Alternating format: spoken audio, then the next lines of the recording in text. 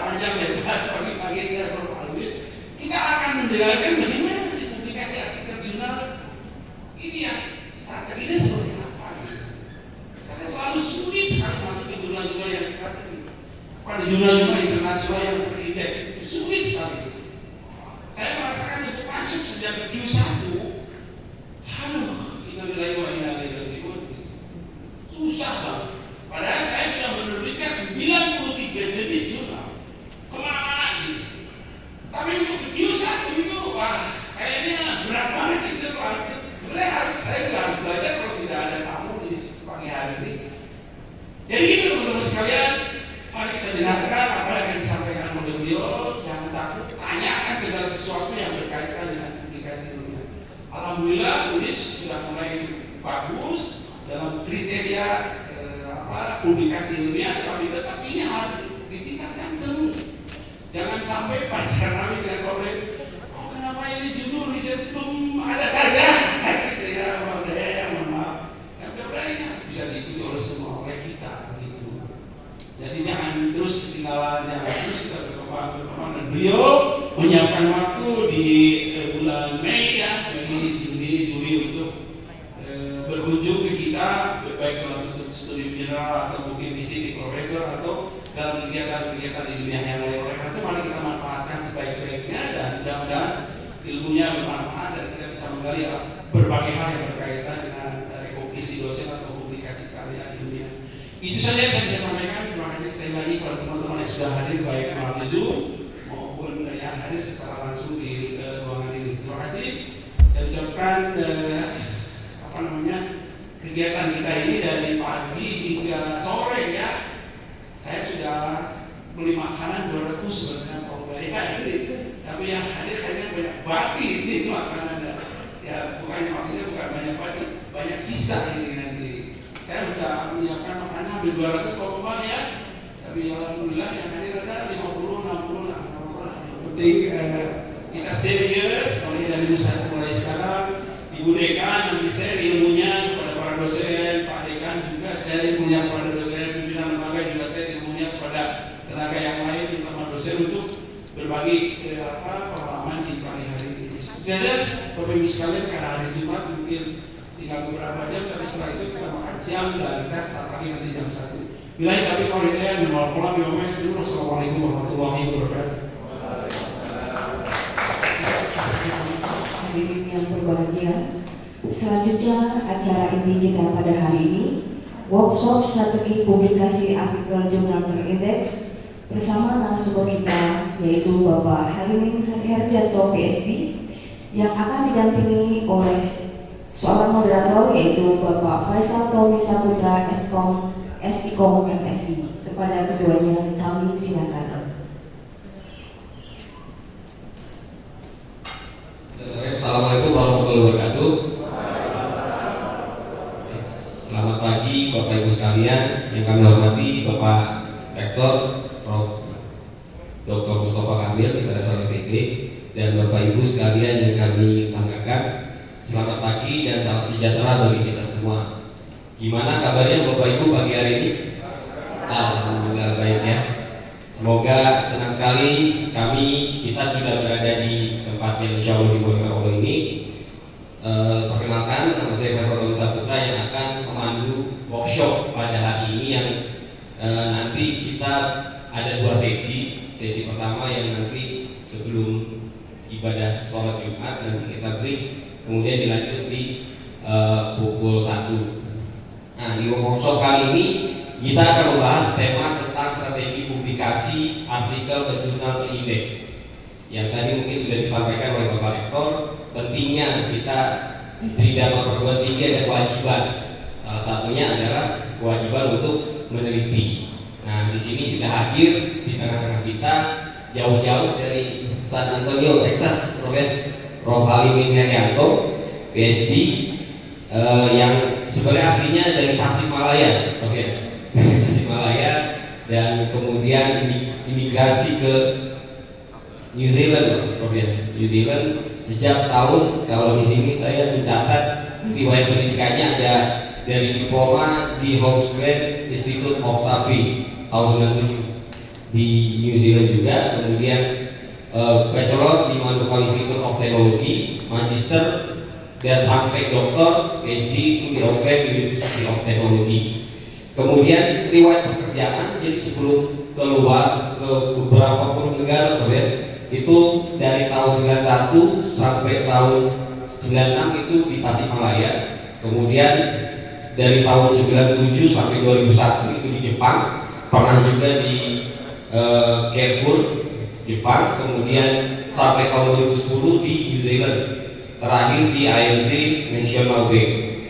Kemudian riwayat mengajar di Jepang, pernah jadi instruktur bahasa Indonesia. Jadi walaupun udah lama di luar, tapi bahasa Indonesia masih baik sekali.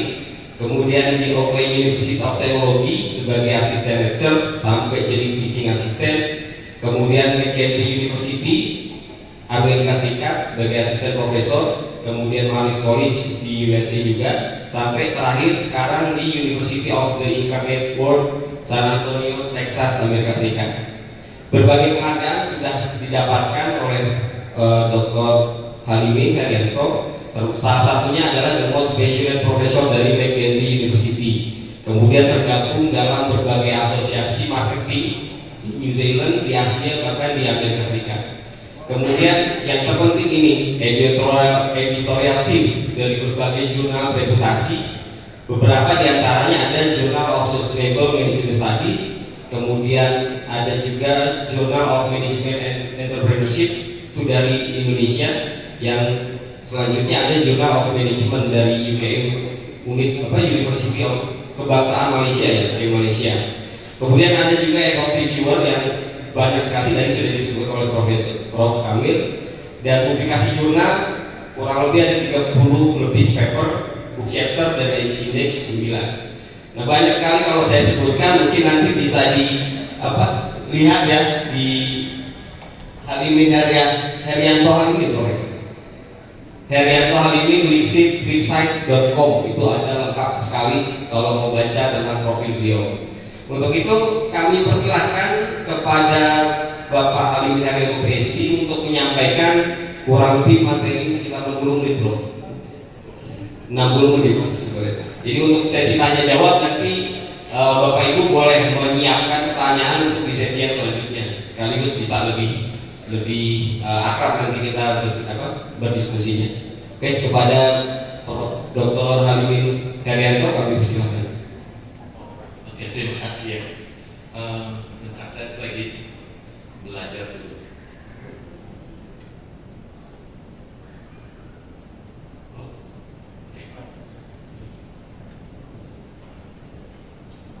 Oke, makasih ya. Boleh ya saya sampaikan jalan-jalannya. Saya tidak bisa menjelaskan siapa saya lagi. Yang jelas saya ini orang Sunda. Jadi kalau Ibu mau tanya dalam bahasa Sunda, maka wabi ada dijelaskan itu bahasa Sunda. Oke.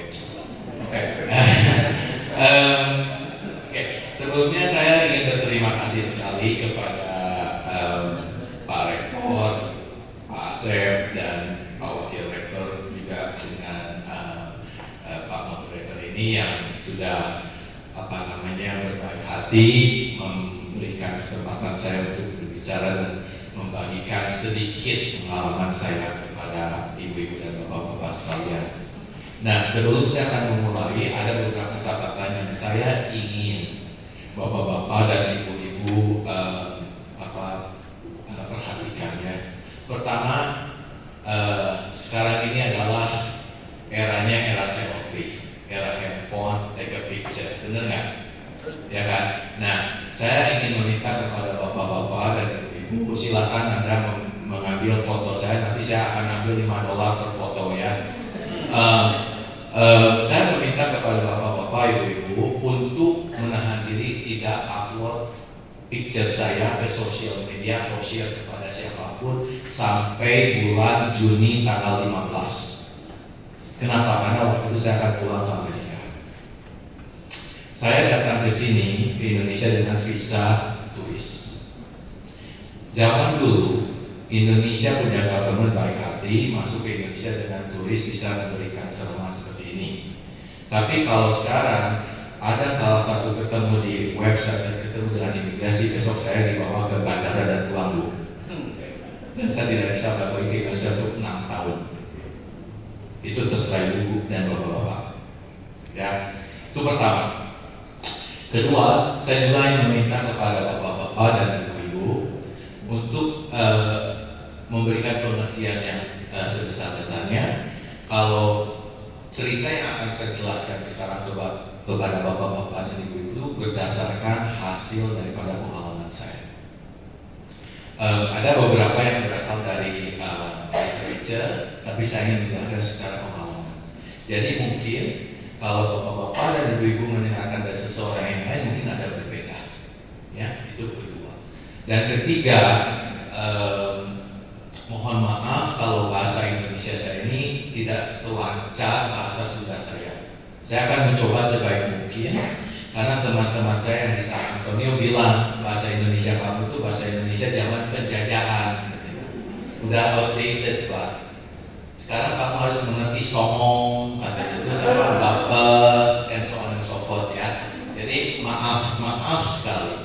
Dan yang terakhir saya ingin mengucapkan satu hal yang sangat penting. Saya berdiri di atas panggung ini bukan berarti saya lebih bagus dan lebih pintar daripada bapak-bapak dan ibu-ibu. Jadi apa yang saya akan ceritakan ini sekali lagi bukan berarti saya melecture bapak-bapak atau ibu-ibu. Tidak sama sekali, saya tidak ada intention sama sekali. Ya, itu saya ingin bapak-bapak dan ibu mengerti. Dan terakhir, saya mau minta maaf sebelumnya kalau nanti dalam 1,5 atau sampai jam 4 nanti kalau kata-kata saya ini terlalu poksan itu apa ya? Terus terang ya, maaf ya. Saya ingin jujur gitu ya, maaf ya. Jadi jangan sakit hati. Kita tidak ada hubungan mantan, jadi jangan sakit hati ya. Oke, alright. So itu saya Bu ya.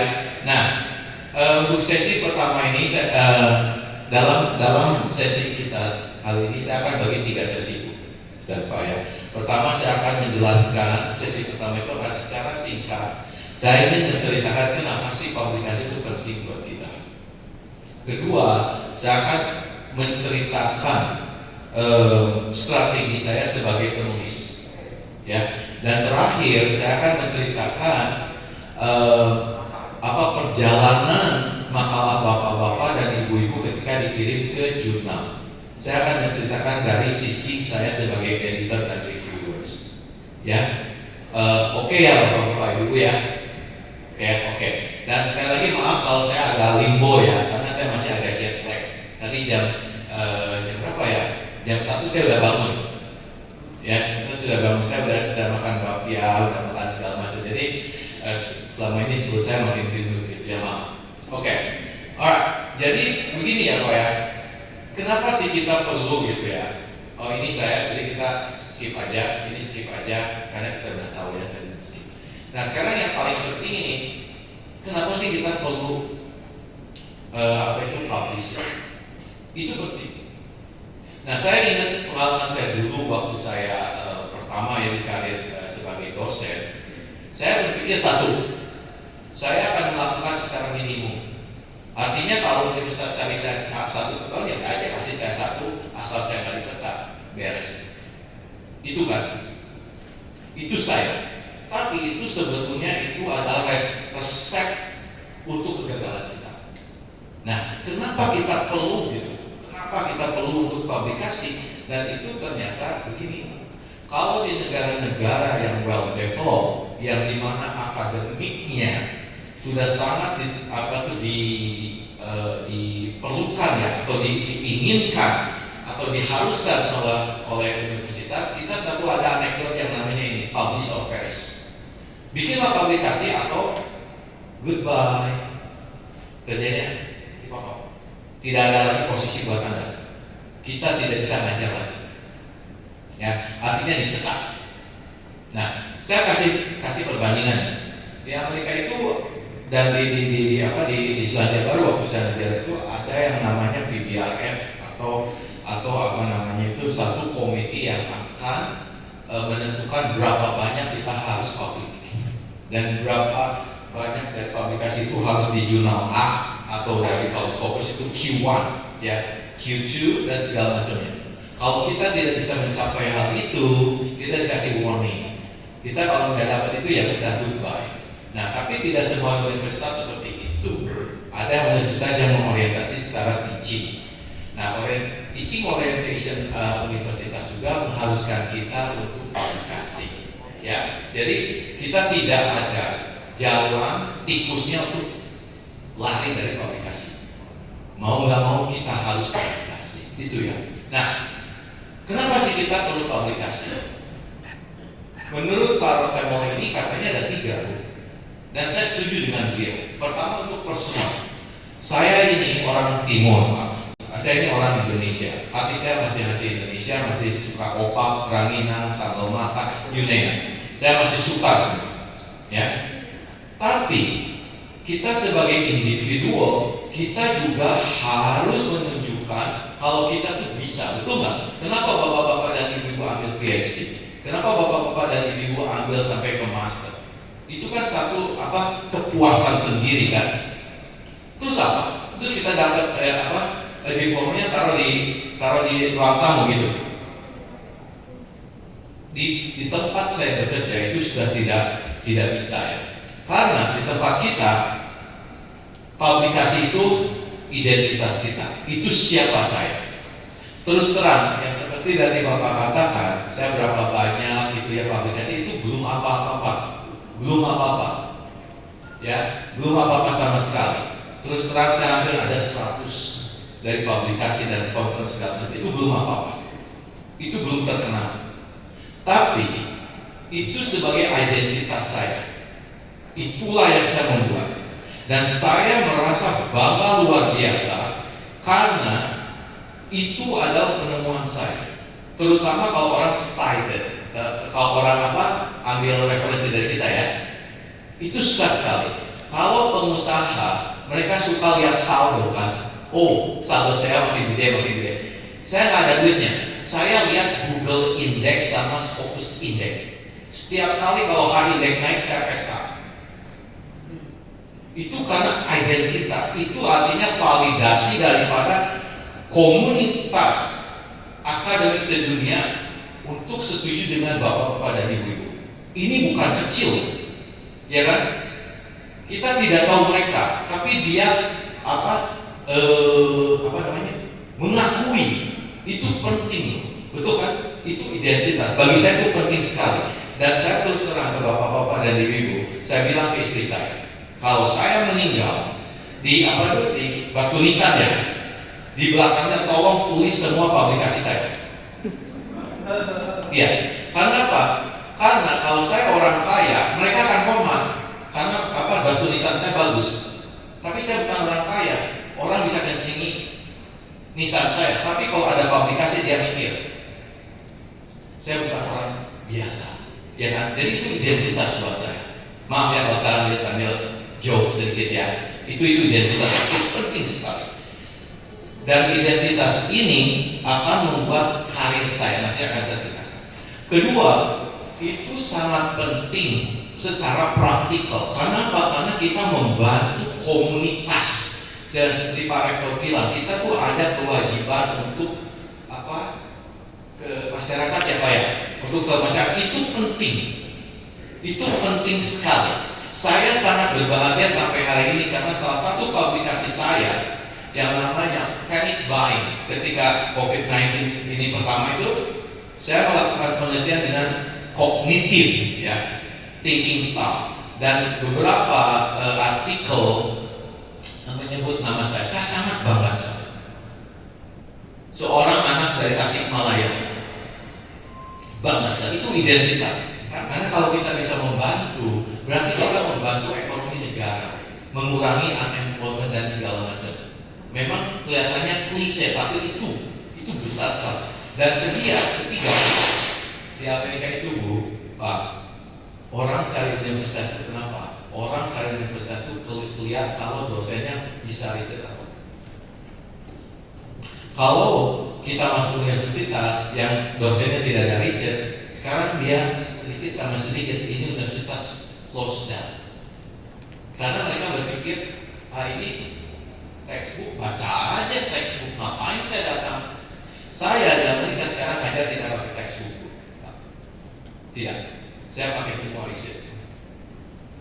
Itu yang membuat orang baik, ya kan? Orang murid-murid lebih percaya, murid-murid lebih respect. Itu penting sekali. Dan yang seperti saya bilang tadi, kalau kita melakukan riset, kita bisa membantu universitas di mana kita kerja untuk mendapatkan student. Nah, apalagi di kita di Indonesia. Kita di Indonesia hampir ada 10.000 mungkin ya. Ada universitas di Indonesia ada 10.000 mungkin. Ada 14.000. Nah, itu dia. Bayangkan, kita akan kompetisi ke 14.000. Sedangkan tadi Pak Rektor bilang ada UI, ada UGM yang dikenal di luar negeri. Kalau kita tidak bisa bantu universitas kita, soon or later kita juga akan hilang pekerjaan. Jadi ini adalah tanggung jawab kita. Itu riset, itu menurut saya itu penting sekali ya riset. Kemudian juga kalau kita melakukan riset, kita bisa menarik dana dari pemerintah. Seperti tadi Pak bilang ada Bapak bahkan 330 juta untuk intensif. Pak, saya pindah aja ke sini Pak. Karena saya tidak dikasih duit kalau saya publish di sana. Tidak ada. Paling bilang good job. Udah, gitu aja. Cuma good job doang.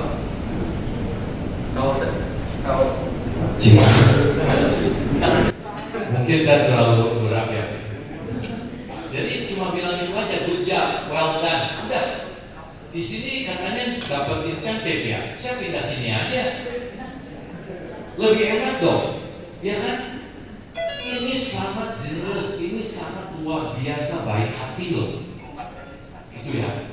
Kemudian juga ya tadi saya bilang saya memakai riset-riset ini sebagai cara pengajaran saya, karena ini yang membuat anak-anak kita, student-student kita tuh lain dari anak yang lain. Mereka datang keluar untuk cari kerja, mereka tahu sesuatu yang terbaik dan terbaru, dan itu sungguh penting sekali. Kalau di Amerika, kalau cari kerja itu tidak ditanya, kamu keluaran apa sih? Enggak. Dia tanya, apa yang kamu bisa lakukan dan bikin positif gitu ya, kontribusi ke kita. Dia bilang, saya tahu Pak, saya dari brand, saya tahu Pak, yang terakhir dia bilang itu lain sekali. Ya. Kemudian untuk saya sendiri, saya tuh merasa sangat puas ya kalau saya bisa melakukan satu publikasi. Walaupun belum ada citation, saya masih merasa senang kalau orang bisa dipublish, ya kan? Jadi itu sangat besar sekali. Tapi saya mengerti sekali sih apa yang namanya publikasi itu mengerikan, ya kan? Siapa yang merasa mengerikan? Oh, angkat jari. Kalau boleh. Oh, tidak ada angkat jari berarti bonus dong.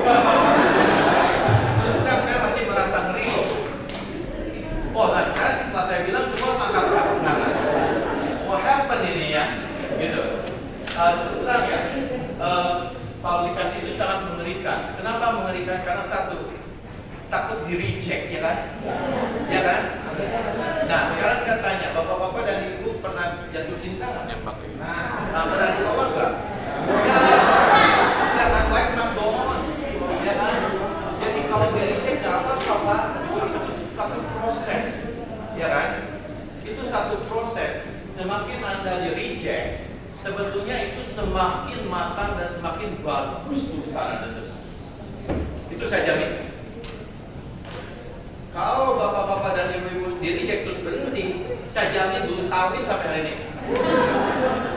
Ya kan? Tapi kenapa bapak-bapak udah kawin, udah punya incu? Karena bapak move on sama Pak. Saya terus terang tuh, bapak bilangnya, publikasi pertama saya di reject hampir 20 kali. Sampai saya bingung jurnal apa yang harus saya kirimkan. Sampai teman saya notabene menjadi seorang review, dia bilang, Hal, lu jangan kirim lagi dong. Gua udah tahu kok Pak. Saya bilang nggak mau tahu, saya pengennya publish. Tapi setiap di reject, dia kasih salah apa itu catatannya. Nah itu jangan diabaikan. Kebanyakan kita itu abaikan, kita sekali lagi kirim seperti itu. Jangan. Jangan, itu tidak bisa.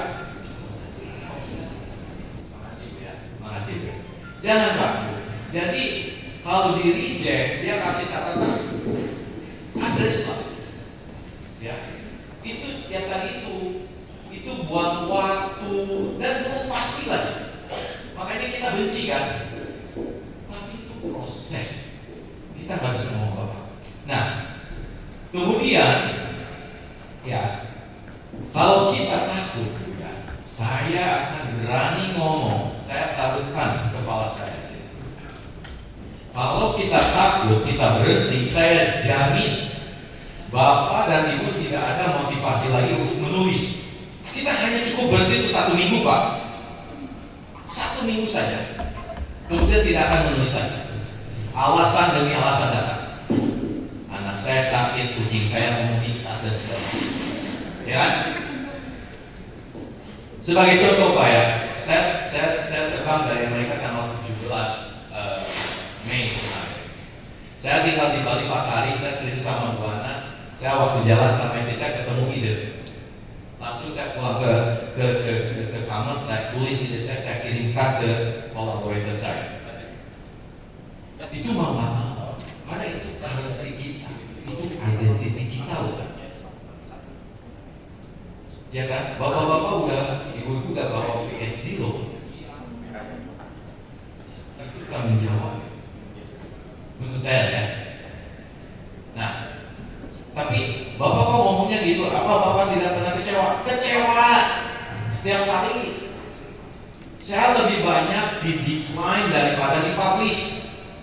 Yang bapak-bapak dan ibu-ibu lihat di resume saya itu yang apa? Itu yang manisnya. Yang pahitnya berapa banyak? Nih saya bilang ya. Kemudian sebelum saya berangkat, setelah saya berangkat, saya cek email saya pengasep di Jerman. Ada salah satu publikasi saya yang di reject dan tulisan catatan rejectionnya itu sungguh tidak sopan. Sakit hati Pak. Terus ngomong apa? Nangis. Terus bilang udahlah, saya nggak mau diterusin lagi. Enggak. Biarin aja. Ya itu dia punya right kok. Ya kan? Jurnal udah berjibun-jibun kok di dunia. Tapi kita ambil yang bagusnya, kita kirim yang lain. Itu saya, itu attitude saya ya. Itu attitude saya. Nah, jadi itu sangat penting. Jadi kita harus menikmati proses. Kalau kita tidak menikmati proses dan maunya kayak begini, kayak instant noodle, itu nggak bisa. Itu nggak bisa. Kecuali bapak-bapak dan ibu kirim ke kaleng-kaleng. Jurnal Predator. Tapi kalau bapak-bapak ibu-ibu kirim ke jurnal Predator, apa artinya? Orang bakal lihat, ini sih KW, ini bukan KW, ya kan? Itu penting. Nah kemudian, jadi publish kemana sih? Harus publish kemana kan? Itu pertanyaan berikutnya kan? Nah, begini ya. Tentu bapak-bapak, ibu-ibu dan saya sendiri, kita semua kita punya keinginan untuk mempublish di jurnal yang atas. Kalau fokus itu Q1, ya kan? Seperti Pak Rektor bilang itu tidak gampang. Tapi saya akan tambahkan komen dari Pak Rektor. Walaupun Q3 itu tidak gampang, betul? Jadi kalau ibu-ibu bikin ke Q3 dan Q1, kalau bapak-bapak dan ibu melakukan sesuatu waktu ya kan, effort yang sama, kenapa nggak ke Q1? Paling gampang ditolak. Apakah mereka? Nah sekarang saya mau tanya, apakah bapak-bapak dan ibu-ibu kalau kirim itu publikasi disertai dengan foto? Karena kan, ya kan? Nggak usah malu, walaupun dia ketemu saya di jalan, dia nggak tahu kok siapa hal ini. So what gitu? Nggak usah malu. Malah saya punya satu pemikiran begini. Jelek atau tidak jelek itu bukan urusan saya.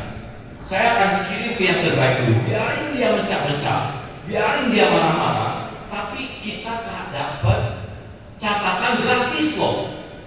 dari mereka? Ya gratis loh. Kalau kita mau belajar sama mereka berapa ratus dolar atau ribu dolar untuk belajar, ini gratis loh. Saya bilang, saya orang murahan, saya ambil gratisan. Saya ambil di sana. Saya akan bilang ya, kalau saya tanya, apakah ada di forum ini yang sudah mengirimkan jurnal dan belum dipublish dalam 1 tahun? Ada? Ada ya? Sakit hati Pak ya? Ya, 2 tahun ada? 3 bulan kamu belum apa-apa? 8 bulan belum apa-apa? Saya 4 tahun. Sampai hari ini belum. Udah 4 tahun. Berapa kali review? Udah 6 kali. Jurnal atas. Coworker saya, nanti bapak-bapak ibu lihat di Google Scholar, namanya Bagozzi, Richard T. Bagozzi, salah satu guru besar marketing di dunia. Dia punya citation 400.000 lebih, masih tetap ditolak. Dia bilang ke saya, oh saya sekarang malah ingin yang dapat tolakan, karena saya pengen tahu apa yang harus saya lakukan lebih baik lagi. Dia 78 tahun. Ya, dia mau pensiun. Saya akan ke Michigan mungkin tahun ini untuk bilang banyak. Nah itu, jadi jangan takut. Kita ke yang pertama dulu. Kalau dijatuhkan yang apa-apa, cari yang B atau Q3, nggak dapat apa-apa, cari lagi Q4. Kan ada ruginya gitu kan. Tapi kita makin bagus. Nah itu penting. Kemudian, nah ini begini Pak ya. Ada beberapa dua kubu ya. Satu kubu bilang, jangan kirim yang berkualitas yang Q1 sulit lama. Jangan. Lebih baik kita kuantitas saja. Ya boleh aja sih. Ya boleh aja. Karena saya selalu berpikir ini, kalaupun kita kirimkan ke kuantitas ke yang cek, itu tetap prosesnya sama. Jadi tetap bisa lama. Itu. Jadi kenapa kita tidak cari kualitas? Ya kan? Kita beli yang berkualitas. Karena apa? Kalau ibu dan bapak punya satu aja di jurnal Q1, coba. Kalau bapak-bapak dan ibu conference, namanya ada orang berkata, oh ini ya, keren kan? Jadi kalau saya sih lihatnya ke quality ya. Tapi kalau tidak bisa ya mau apa lagi, kita masuk quality ya. Itu maksud. Jadi kita penting sekali. Jadi, tapi saya selalu bilang kita harus balance ya. Harus balance, kita juga pengen quantity dan juga kita pengen kualitas. Bapak-bapak dan ibu kalau menulis tahu lah ya, oh ini lebih bagus daripada yang lain. Nah yang ibu yang lebih confident ya, kirimkan yang terbaik. Kalau yang kurang lebih kirim yang biasa. Jadi kita ada balance ya, ada fair gitu. Ya. Nah. Oke ya Bu ya. Oke. Nah kemudian, kalau sudah sampai sana, saya juga suka renung gitu. Aduh, jurnalnya sulit, tulisannya juga begini. Gimana ya? Kirimkan atau jangan kirimkan? Atau kita kirim ke conference itu kan? Ini apa namanya? Executive decision yang sangat sulit kan? Betul kan? Tapi saya punya approach satu ya. Saya akan selalu kirim ke jurnal. Kenapa tidak ke conference Pak? Gampang. Karena conference itu weightnya itu bobotnya itu lebih ringan daripada jurnal. Jadi saya lihat jurnal ya. Dan apakah harus ini jurnal, kata Pak Rektor tadi kan kalau di Indonesia ada jurnal lokal terindeks dan sampai internasional terindeks ya. Nah, saya bilang kepada bapak-bapak dan ibu, punya cita-cita siapkan kita yang terbaik. Misalkan Inggrisnya, penulisannya, jangan biarinlah kita translate aja dari bahasa Indonesia ke bahasa Inggris. Ya kan, misalkan I wanna eat lele, ya gimana kan ya? Itu kita harus konsolidasi sebelum kirim, tapi kita harus konsolidasi ke yang atas gitu loh. Nah itu maksud saya. Nah kemudian ya, yang tadi saya bilang ke bapak-bapak dan ibu, kenapa sih kita ya merasa takut, ya kan? Kenapa kita merasa takut ditolak? Kalau boleh saya tanya dari bapak-bapak dan ibu-ibu dan yang siapa yang mau jadi volunteer, bisa jawab saya nggak? Kenapa bapak-bapak dan ibu-ibu takut ditolak? Bagus dong, di sini semua di accept semua. Gak percaya diri ya kan ya? Itu kan, apalagi kalau sudah ditolak sekali, 2 kali, 3, ya terus ke bawah ya. Karena kita tidak punya itu belief. Yang kata ibu tidak percaya diri sendiri. Nah sekarang saya bertanya, siapa sih yang melakukan riset tersebut? Kita. Jadi kenapa kita harus tidak percaya diri? Saya selalu lihat begini, kalau saya ditolak, berarti bukan mereka itu tidak percaya saya, tapi karena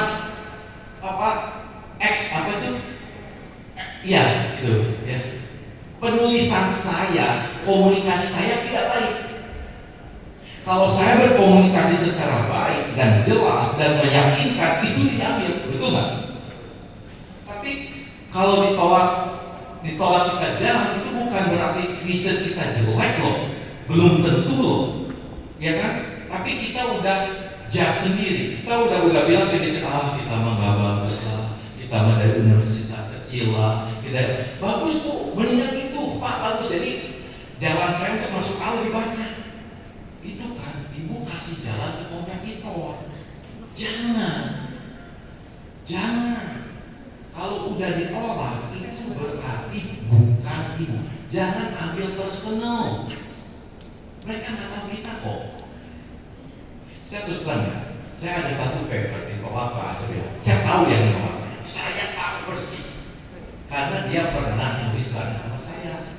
Jadi waktu dia kasih review, itu saya tahu ini tulisan dia. Dan dia tidak tahu itu tulisan saya karena itu kan blind peer review. Saya pernah ngomong ke dia, saya lagi ngerjain ini. Saya tahu dia yang nolak. Tapi ya itu ya, it's okay. Nggak apa-apa. Malah saya terus terang, saya lebih suka ditolak 2-3 kali sebelum dipublish. Kenapa? Kalau saya ditolak 2-3 kali, berarti paper saya jauh lebih bagus. Ketika dipublish, orang yang baca pun lebih keren. Saya terus terang ya, saya ada paper pertama saya, nanti bapak-bapak ibu lihat lah, tahun 2011 saya mengeluarkan publikasi di Journal Services of Marketing. Ya, itu tulisannya saya malu, saya nggak berani baca sekarang. Sangat malu.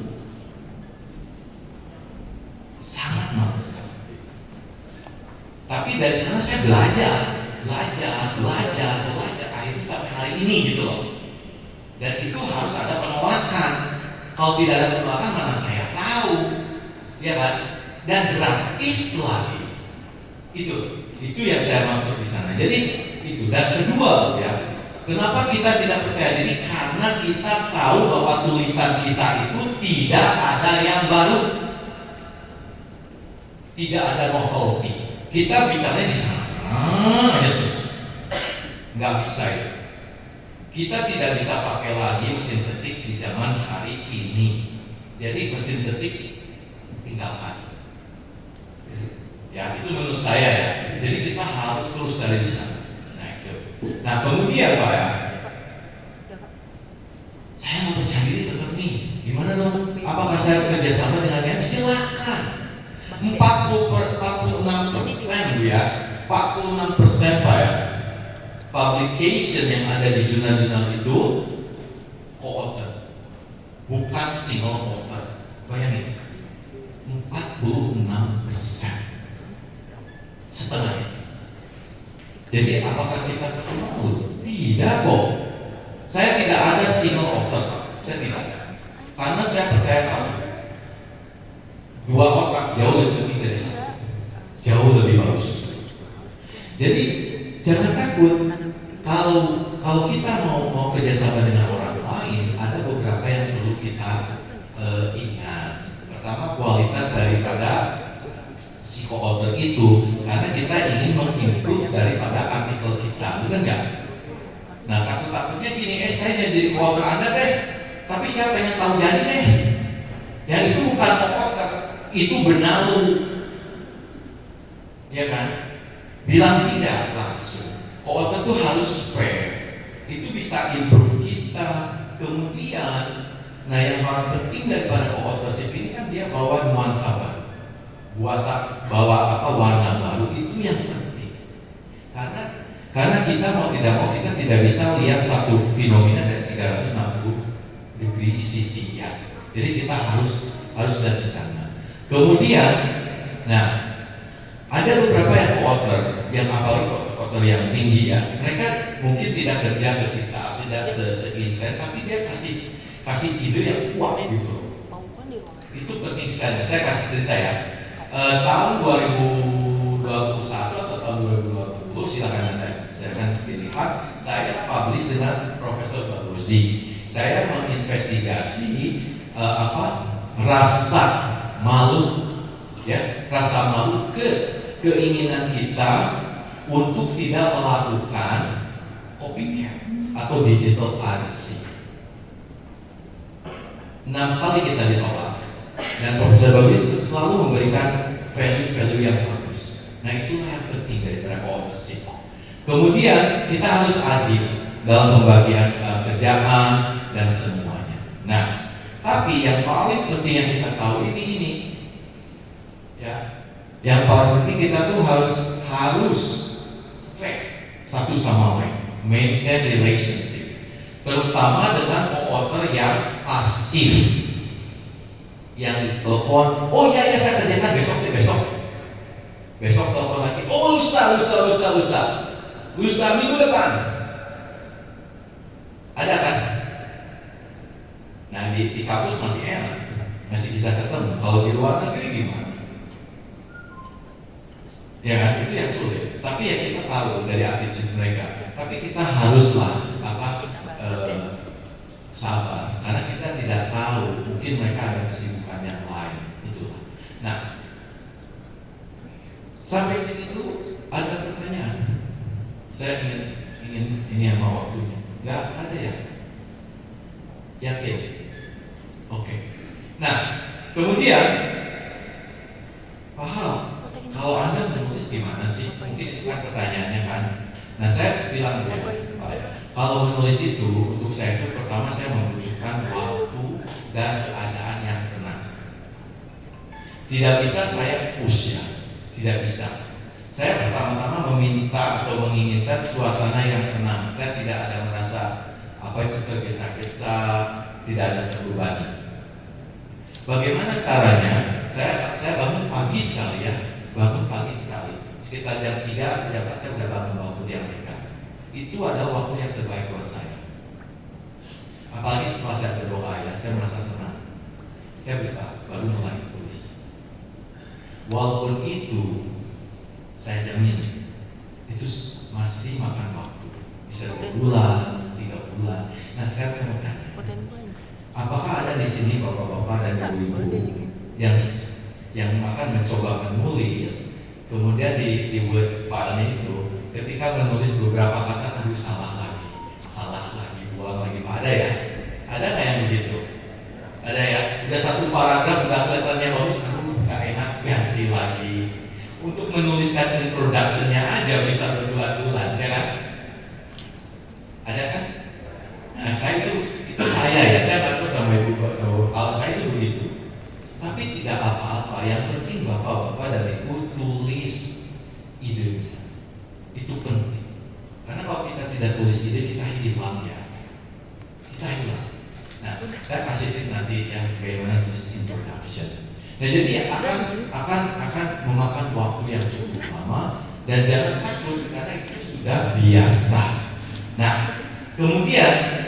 ini yang saya suka lakuin ya. Kadang-kadang saya kalau ada ide untuk riset, pertama-tama keyakinan saya itu kurang. Saya tidak tahu dengan bapak-bapak dan ibu. Saya ada keyakinan kurang. Pertama, keyakinan saya kurang karena mungkin saya kurang baca di bagian itu ya. Itu satu. Jadi gapnya nggak begitu tahu. Kedua, saya kurang keyakinan di dalam hal itu mungkin karena saya tidak mengetahui masalah tersebut. Nah, jadi untuk apa itu? Untuk membuat saya agak yakin, untuk membuat saya ingin melanjutkan, saya selalu bertanya dengan yang tidak akademisi. Ya, di dalam hal saya ini saya selalu berbicara dengan istri saya. Istri saya bukan akademisi, sama sekali dia tidak. Nah, dia selalu tanya, saya selalu tanya ke dia. Saya bilang, namanya Yuri ya, nama istri saya Yuri. Saya selalu bilang ke Yuri, saya bilang, hey Yuri, menurut kamu kenapa sih orang beli panic buying gitu? Kenapa sih orang tuh kesusu ya, nggak tergesa-gesa ya, pengen beli takut gak ada COVID-19 kan, beli. Kenapa sih? Kalau kamu kenapa sih sampai begitu gitu kan? Terus dia bilang, saya takut kehabisan. Oke. Terus kenapa kamu takut kehabisan? Saya bilang, karena di Amerika itu ada satu bill yang memperbolehkan Presiden Amerika untuk memobilisasi ya pabrik dan segala macam untuk membuat produk tersebut. Kenapa harus takut? Saya bilang, oh enggak. Gimana kalau tidak ada toilet paper katanya? Gimana kalau tidak ada air dan segala macam? Saya ngerti. Oh berarti kan ada sesuatu nih. Terus saya tanya lagi ke tetangga, teman-teman kita makan pizza sore, ya kita ketuk, coba, hey, namanya David. Hey David, saya bilang, ayo kita makan pizza di belakang. Sambil makan saya bilang, hey kamu terlibat di panic buying nggak? Oh iya, kenapa? Saya bilang, oh karena ini. Nah, dari ide-ide ini, saya bilang, oh iya berarti ini masalah ini bagus ini untuk dilihat. Baru saya masuk ke literature, lihat ada nggak gapnya. Terus dari sana lihat lagi ke jumlah literature yang ada mengenai masalah tersebut. Dari sana baru saya membuat satu kesimpulan bahwa ini harus dilakukan atau tidak. Itu satu. Jadi kita tidak bisa meremehkan orang yang bukan akademis. Karena di dalam aplikasinya ada kemungkinan adalah perusahaan-perusahaan yang baca daripada artikel-artikel kita. Jadi mereka harus mengerti juga kan. Nah itu yang penting. Dan kemudian saya juga setelah mendapatkan ide itu, saya selalu jahil. Saya orangnya jahil.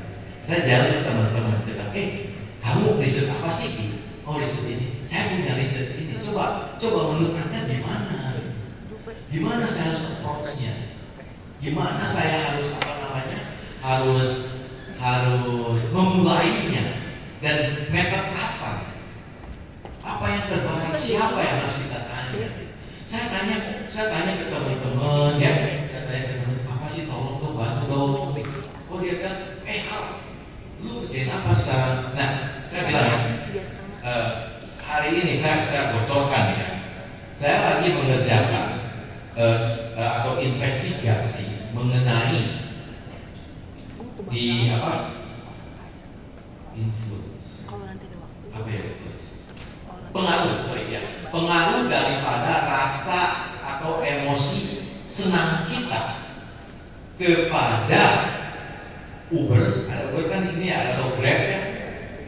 Kenapa orang mau share Grab gitu? Kenapa kita mau pakai Grab sama orang yang kita tidak tahu? Saya pengen tahu kenapa sih? Apakah dari rasa senang gitu? Nah, rasa kesenangan itu ada dua, Pak ya. Satu senang karena proses, satu senang karena akhir. Saya pengen tahu yang mana ini? Yang mana? Dan satu lagi yang saya ingin tahu itu, apakah dari relasi ini ada satu persepsi yang membuat kita itu lebih kuat ke sana? Itu cukup kompleks, Pak. Terus saya ngobrol ke teman saya psikologis. Saya bawa dia, saya balik kita makan. Dia bilang, kamu pasti ada pertanyaan. Ya udah lu terima aja, boleh kita makan gitu kan. Ya kita cukupin dulu makan. Udah gitu, saya lagi ngerjain ini nih. Gimana dong? Terus dia kasih, kamu tahu gak Haze? Ya, saya tahu Haze. Ya, kamu coba Haze metodenya. Loh, saya bilang kan itu harus moderate ini. Enggak, dia bilang, kamu bisa melakukan simultaneous, dalam artian bersama-sama ya, melakukan test moderation bersama-sama. Yang benar, iya, saya belajar dari dia. Terus saya ngobrol lagi sama orang market ini. Saya bilang, ini sharing intention itu berapa banyak? Oh, sedikit loh. Ya benar. Saya ada rencana itu. Kamu kalau sharing ini, kamu harus cari sharing yang ini kan?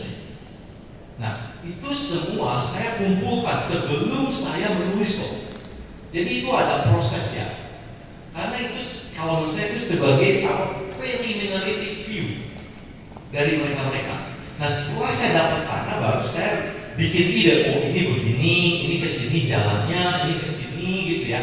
Saya begitu. Jadi saya selalu bertanya dengan mereka. Kemudian, nah setelah saya melakukan itu, saya kadang-kadang tanya lagi ke mereka setelah saya tulis model. Kalau model ini kira-kira gimana? Gitu kan? Nah, hari ini terus terang ya, saya mendapatkan kesulitan untuk mengargumentasi.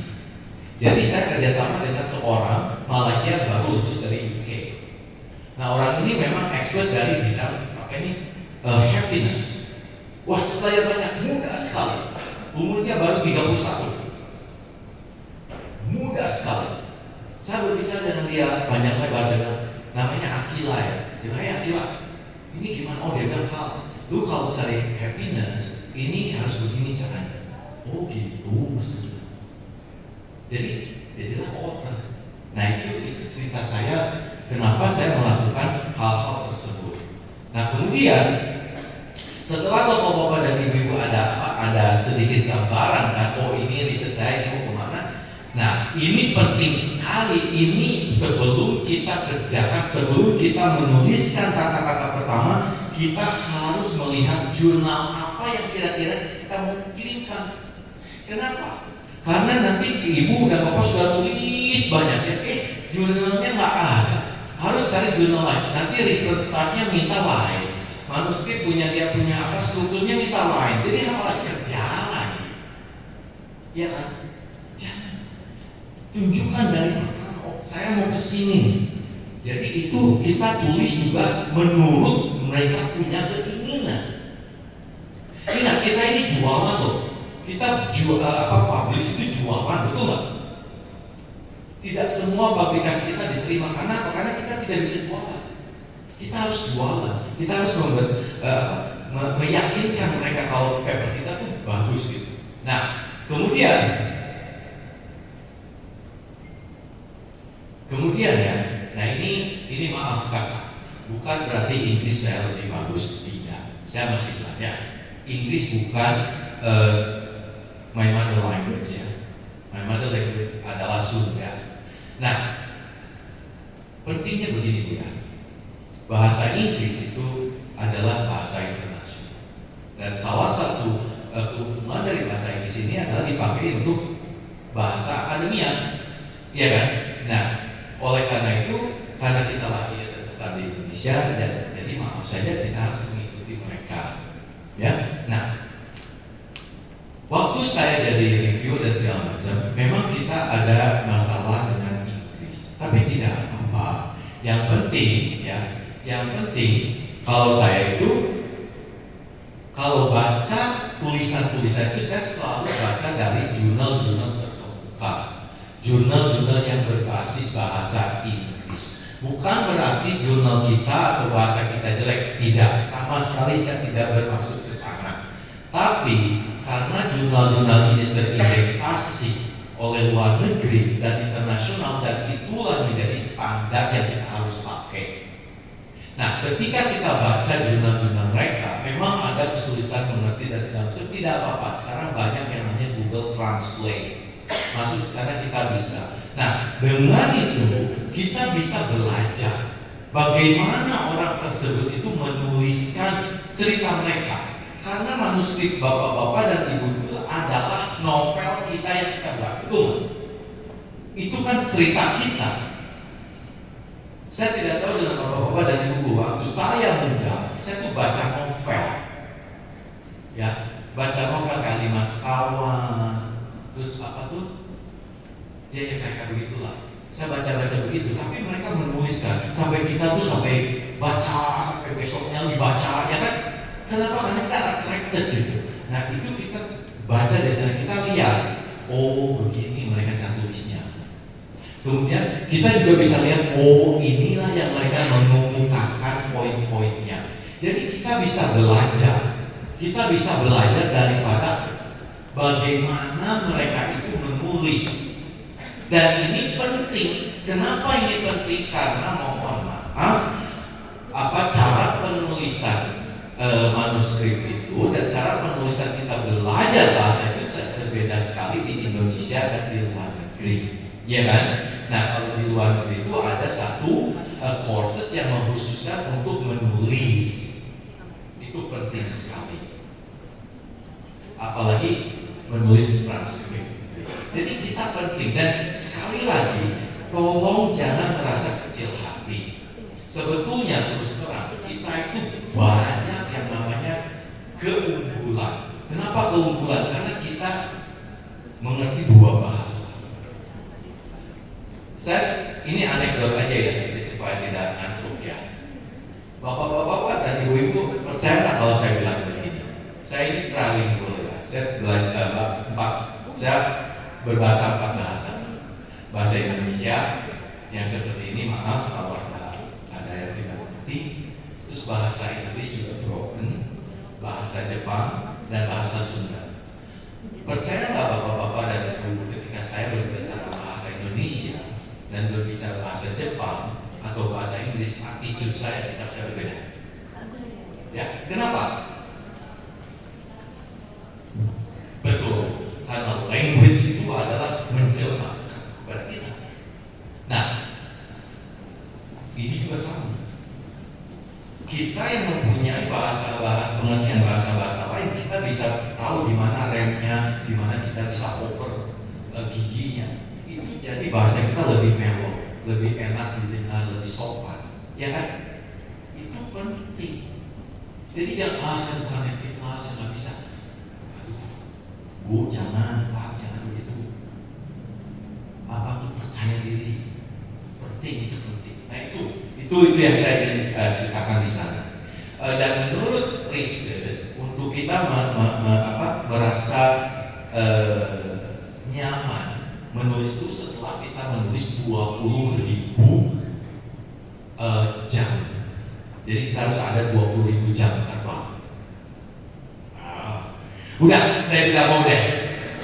Siapa yang mau bilang dah? Saya mau menulis lagi deh.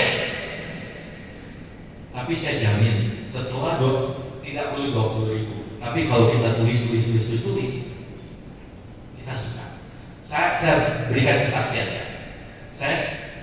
Saya paling tidak suka pelajaran di dalam SMA saya itu bahasa Inggris. Percaya atau tidak? Ya, sulit kan? Kita di Indonesia, saya mau makan, besok saya mau makan, lusa saya mau makan, kemarin saya mau makan. Lu orang bikin kita pusing.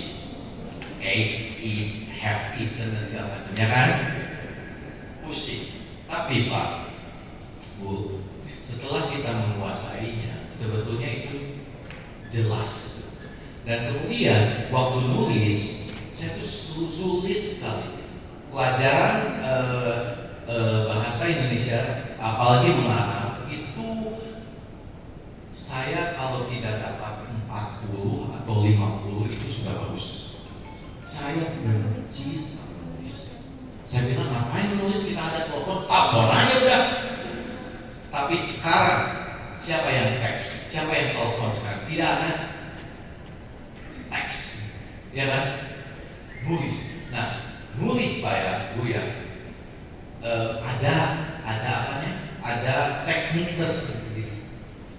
Tapi itu bukan berarti tidak bisa dipelajari. Gampang kok nulis introduction itu. Semua bilang nulis introduction itu paling sulit karena kita harus jualan kan. Saya kasih orang kredit Pak. Ya mereka orang kredit udah kasih saya. Orang kredit itu pertama bilang apa? Kita besar-besarkan dulu kan. Kamu kalau tidak boleh barang saya mati lo, gitu. Maaf ya, mati lo gitu kan. Biasanya juga tulis dari manusia itu. Saya bilang berat nih, kalau ini begini. Terus saya masukin ke dalam. Nah, itu perlu praktis ya, perlu latihan. Dan latihan saya itu di tempat karena jelek lu reject lagi, nggak apa-apa. Dari sana saya belajar ya. Nah, satu lagi selanjutnya, saya melihat Pak, kalau saya baca literatur ini bagus dan Indonesia, pasti saya save. Oh ini untuk introduction, oh ini untuk main. Jadi kalau saya nulis, oh saya ingat ada bagus nih cara nulis introduction, saya pasti sana. Saya gimana argunya? Di sana lah kita belajar, iya kan? Nah itu satu ya. Kemudian, nah ini lucu ya. Oh, kepotong ya atasnya. Oke, itu judulnya itu water submission. Jadi ini ya. Oh ada makasih ya. Instruction for waters. Nah, instruction for water ini itu sebetulnya memberikan kita guideline.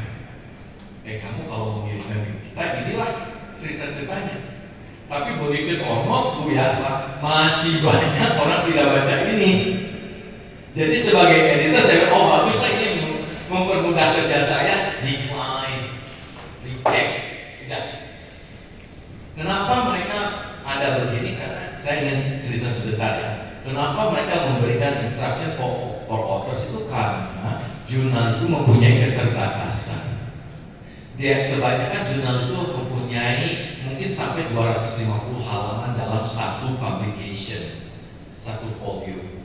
Nah, di dalam satu volume itu kan ada beberapa tulisan-tulisan, ada beberapa judul gitu ya. Jadi dia menginginkan secara adil dan tapi bisa akomodir semua. Jadi memang kita harus ikuti mereka gitu ya. Dan ini penting sekali kita harus lihat, dan ini setiap jurnal itu berbeda-beda, ya berbeda-beda. Nah, kemudian ini juga persiapan yang saya selalu lakukan sebelum saya memulai menulis. Pertama saya lihat editornya maunya apa sih, siapa sih. Nah, saya selalu pertama lihat ini tipe riset kita apa, itu satu. Kemudian topiknya apa? Ini lagi hot nih topiknya nih, atau enggak? Kalau enggak hot, kita harus bikin hot, ya kan? Nah, saya punya tulisan mengenai brand-brand di Indonesia, namanya ada apa? Bakso mercon, terus apa? Samping genderuwo, terus apa lagi ada, ya kan? Kayak begitu kan? Itu saya baca dari satu tesis yang dibikin oleh Ibu Dewi dari Universitas Erlangga. Masih ingat saya. Tapi saya ambil dia punya fenomena, kemudian saya lihat di YouTube, kan ada naik karpos tuh, ada siapa lagi tuh, Magdalena tuh, yang makan banyak-banyak itu. Waktu itu dia ngomongnya yang gitu-gitu terus, saya, wah ada yang terus, ada ini, ada dinamit, wah saya bilang asik nih. Saya belajar dari sana. Kemudian saya rubah sedikit ya.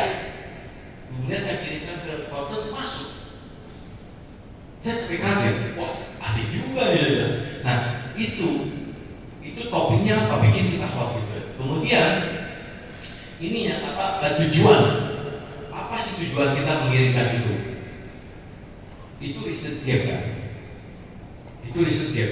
Kalau bapak-bapak dan ibu-ibu, oke saya tanya, dari antara kita siapa yang merasa kesulitan mencari riset gap? Apakah? Kenapa Bu? Kenapa sulit mencari riset gap Bu?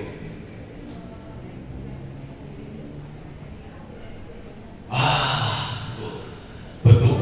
Itu sama dengan saya. Kadang-kadang saya dulu ngapain gitu kan, semua dari riset kan. Nah itu betul Bu. Betul. Tapi Bu ya, kalau kita lihat nih, kalau kita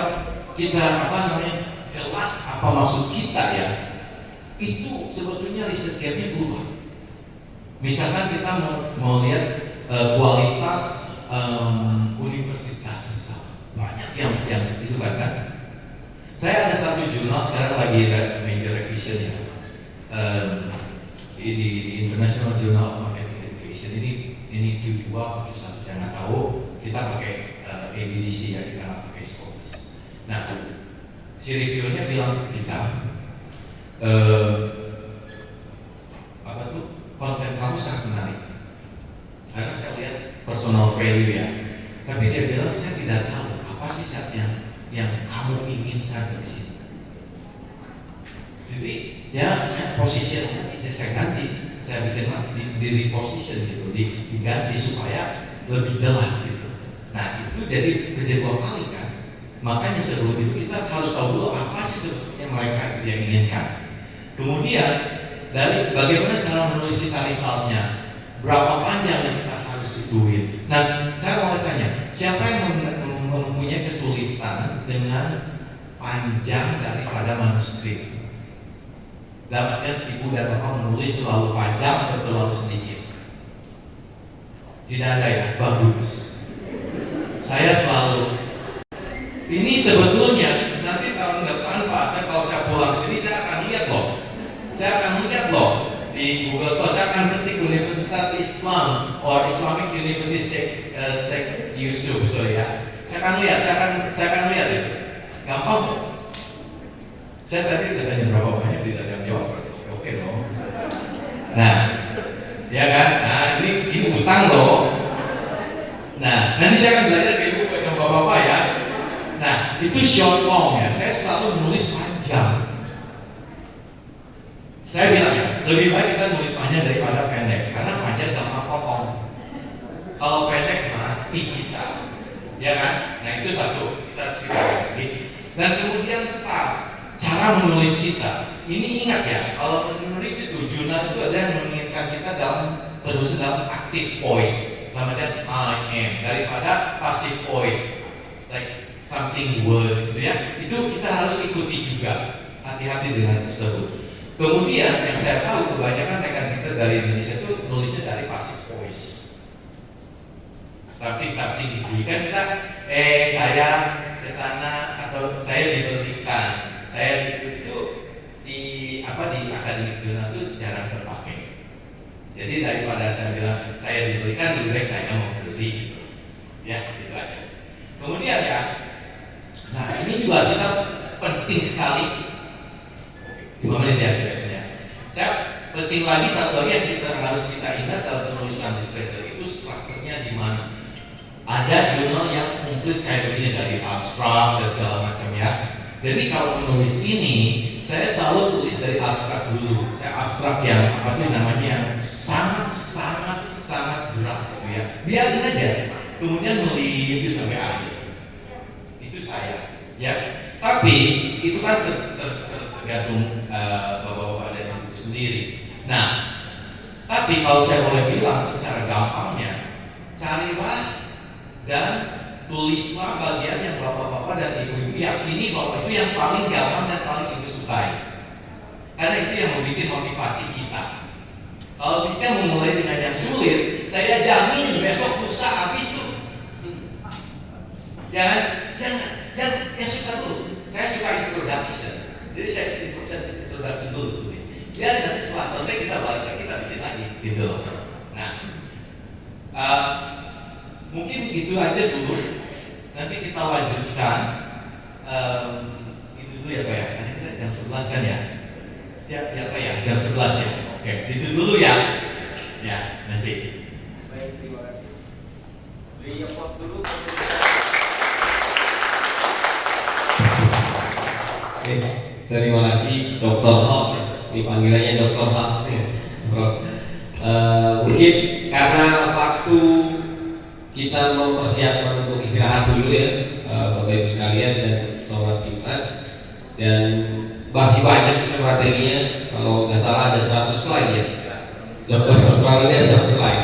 Jadi kita simpen dulu tenaganya. Khawatir tadi ada yang belum sarapan atau belum mempersiapkan ini papernya, mungkin nanti bisa di review ya, beberapa tanggapan nanti dari peserta atau Bapak Ibu dosen-dosen nanti bisa direview langsung. Apalagi nih direview oleh lecturer dari Texas nih, jadi gratis. Jadi itu juga yang kita bisa ambil ilmunya ya, terutama tadi beberapa saya mencatat ada bicara kenapa sih kita nulis ini sangat filosofis sekali, biar tersadarkan memang kita pentingnya menulis itu gak cuma menggugurkan kewajiban, tapi emang juga tanggung jawab kita sebagai seorang akademisi. Dan banyak hal lain saya tidak bisa menyimpulkan, tapi intinya itu jadi identitas kita sebagai akademik, kemudian juga diseminasi dari pengetahuan baru, dan juga itu bermanfaat buat masyarakat. Dan sebagai pengakuan ya, kalau bahasa Pareto rekognisi pengakuan kita sebagai akademisi. Mungkin itu dulu Bapak Ibu sekalian ya, nanti kita akan lanjutkan pada pukul 1 tepat karena mungkin udah ada 2 jam untuk break nanti untuk mempersiapkan di sesi yang kedua. Mudah-mudahan kita bisa tepat waktu. Sebelumnya terima kasih atas perhatiannya dan kita break untuk nanti kita mulai lagi jam 1. Saya tutup dulu untuk sesi yang pertama. Kurang lebihnya maaf. Billahi taufiq wal hidayah. Assalamualaikum warahmatullahi wabarakatuh.